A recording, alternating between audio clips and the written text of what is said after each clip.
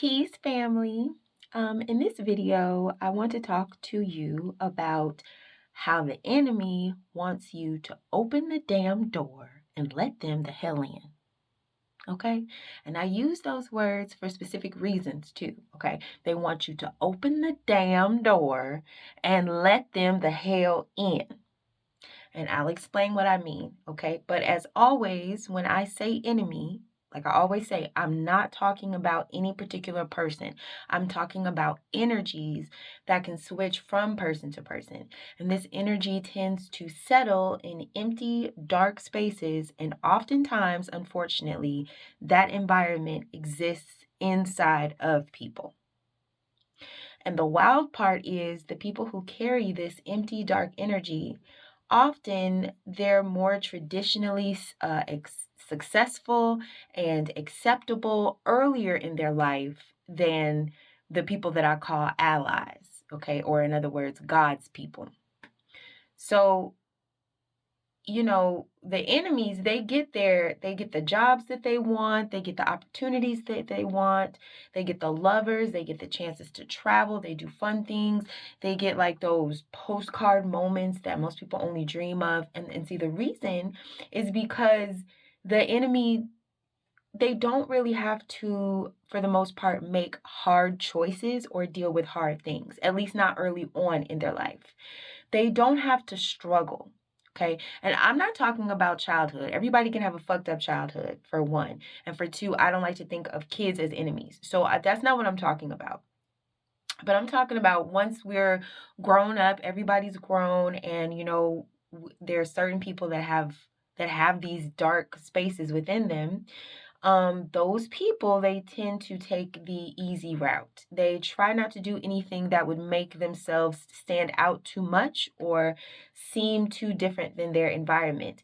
And they don't mind pretending to be what they are not or who they are not in order to fit in and get whatever they need out of particular situations, such as money, relationships, stability, status, clout, fame, etc. In other words, they will be whoever they need to be in order to get whatever they want. They will flip anything, interests, style, political and ideological stances, alliances, religion, sexual orientation, just in order to advance their personal goals, which are usually selfish goals. And they wouldn't tend to be like spiritual or altruistic. And again, that's not the enemy's fault necessarily. That's not what I'm saying. Because it is hard to have goals that are not self-centered, because that would require you having an inner light that you shine outward. Okay? And the enemy, they don't have that light. They have this hungry, insatiable darkness that needs to feed. Okay? So to contrast with that, God's people or allies, usually they have an early struggle in their life. They don't, we don't necessarily get the jobs that we want or the opportunities that we seek, at least not early. We rarely get the chances to like travel and do fun things. And if we do, it's short lived or it's plagued with struggles. Okay. The Bible says that God's people are a peculiar people, which is just a nice way of saying we're weirdos. Okay. God's people are weirdos. No matter what we do, we don't blend in. We are independent to the point of inconvenience. So that means we can't just fit in when we want to, just to get what we want out of a situation. There's just something different about us. So even if we try to pretend to be like everybody else, there's just something in our core, in our soul that does not change or bend. We can't go along with everything. We can't get along with everybody. We don't kiss ass. We don't suck up. We don't network or schmooze or any of that other shit. We ask questions.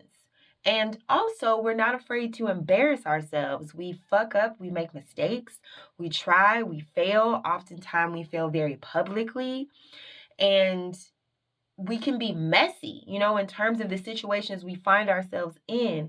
But that's because we're not afraid of difficult lessons. We are drawn to situations that will provide wisdom. The most important thing is just for us to know what we didn't know and figure out what we didn't understand. On the other hand, enemies, they are afraid of difficult lessons because they're not attracted so much to wisdom. They're more so attracted to comfort. So they know that they can only get where they want to go, or become who they want to become by becoming chameleons, by squeezing themselves into whatever shapes and mindsets are required to get the resources they feel like they need. Now, ironically, doing all this faking is incredibly uncomfortable, but the enemy does it to achieve their idea of comfort. And meanwhile, God's people do not contort and squeeze themselves in these ways, because being who we fully are, no matter what the consequences, is actually much more comfortable. And on the flip side, we're not worried about getting what we need from whoever, or having to manipulate people or anything like that, because we are very certain that God will provide our needs. And in the vein of God providing our needs, sometimes God will provide our needs by making us stronger than we think that we are, or than we know that we can be. And the way that this happens is that sometimes God will tell us, that we should try to get into an organization or a job or a situation with the enemy, or into the same place as the enemy. God will say, it'll feel like we're being led to an opportunity. We'll feel like it's perfect for us. We'll feel like we need to try to get inside this thing.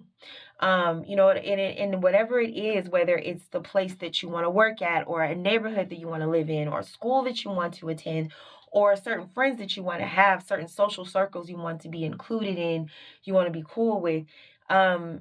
These places would benefit from the skills and the talents that you naturally have, or what you have to offer. So it will feel as if it is made for you.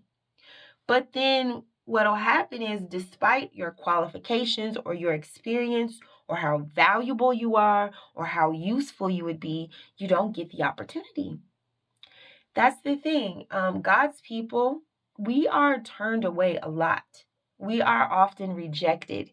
We get rejected so much that we can start to develop a complex, where we just start to feel like we are really not the person that we know that we are. Like, damn, I really must not be that motherfucker. But it's like, but you are that motherfucker, right? But your idea, your validation, you're being validated that you are as valuable as you know that you are. It is now depending on the opinion of people who can reject you. And by virtue of that rejection, they then sell you the false reality that you're not good enough. And this rejection, it doesn't always look like an outright no. It's much more subtle than just people saying no to you. Sometimes it's just people being shady, or not inviting you somewhere when they've invited everybody else, or kind of dropping dry insults about you, or making fun of you, but they think that you won't catch on, or maybe they see that you're down bad and they don't help you. But not only do they not help you, they may make fun of you, they may gossip about you, or maybe they refuse to compliment you or acknowledge how much you inspire them, but then they copy your whole style. Okay. So if it's like a job or a career, sometimes people will like not only not hire you, like not put you on, not share your work, not connect you with their network, right? But then they will steal your ideas. Say if it's a relationship, somebody could suck up all your love and attention, but then ignore you and give you the bare minimum. But then as the beneficiary of your love and attention, they transmute the energy that you give them in ways that benefit them, which usually involves pouring it into other people.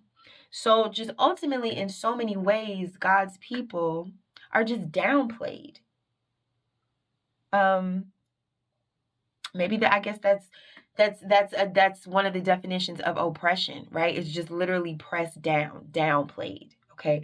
But the enemy is, and this is just something I've noticed, the enemy is always going to attain some sort of position or power in this world, so that they can be in a position to gaslight, reject, exclude, and downplay God's people.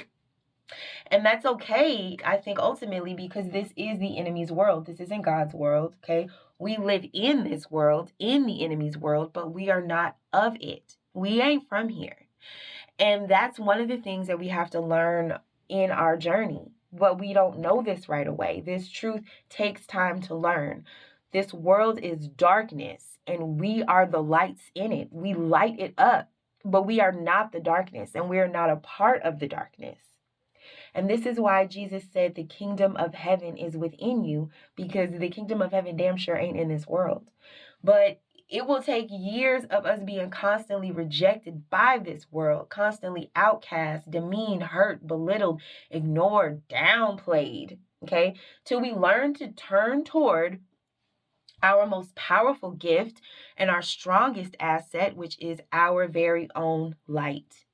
Because there inside our inner light is the kingdom of heaven. And the enemy doesn't have this light. The enemy does not have the kingdom of heaven within them.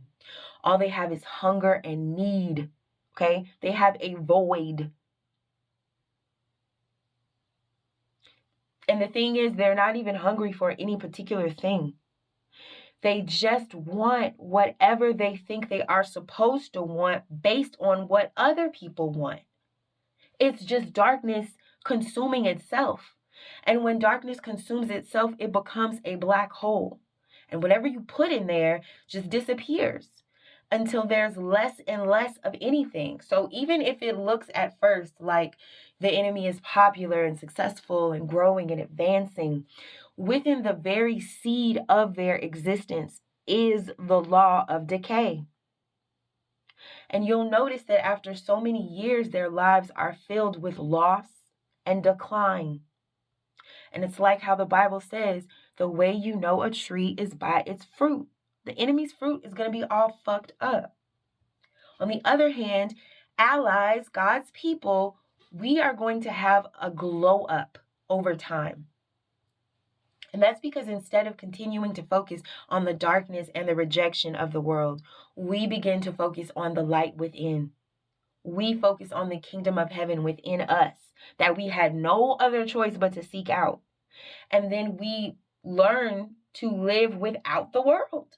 There is a better world inside of ourselves. And that world carries a light that begins to reflect and shine out into our actual lives.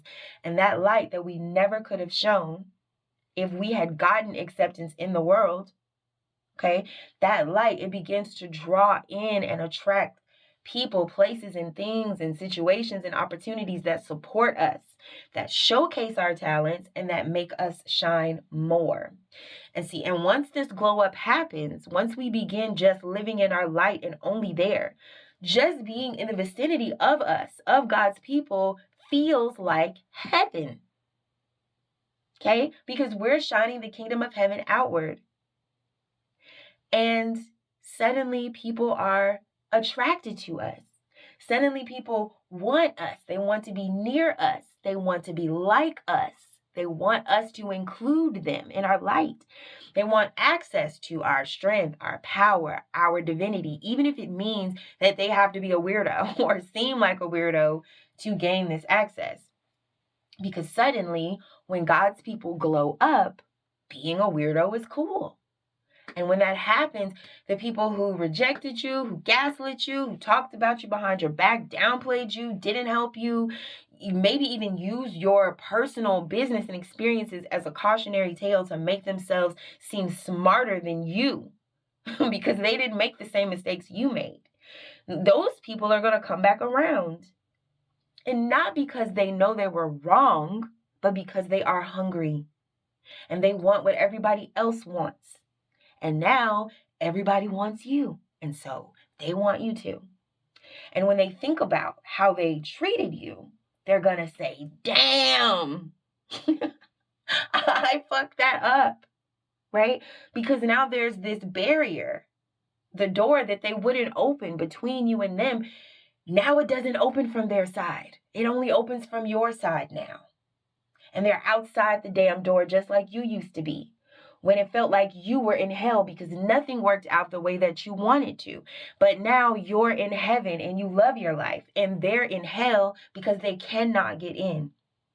And that's what I mean when I say the enemy wants you to open the damn door and let them the hell in. Because it's like they damn themselves and lock themselves out of heaven by forcing you, by virtue of their rejection or general shadiness, they forced you to glow in your own light. And as much as you might want to let them in, because obviously it sucks. It sucks when someone either you have been connected to in any way, or even not connected to. It just sucks when anybody is damned to hell. But you have to remember that if you do let them in, they are bringing that darkness with them. They are bringing that spirit of empty hunger, loss, and decay with them. And they just want to eat you and throw you in that black hole like everything else. They are not capable of contributing to your heaven because they don't have that light. They don't have heaven within them. So literally, for heaven's sake, keep the door shut. They can keep on knocking, but they can't come in. Okay? That's all I wanted to say. You can't stay in heaven if you let hell in. I'll talk to y'all next time. Peace.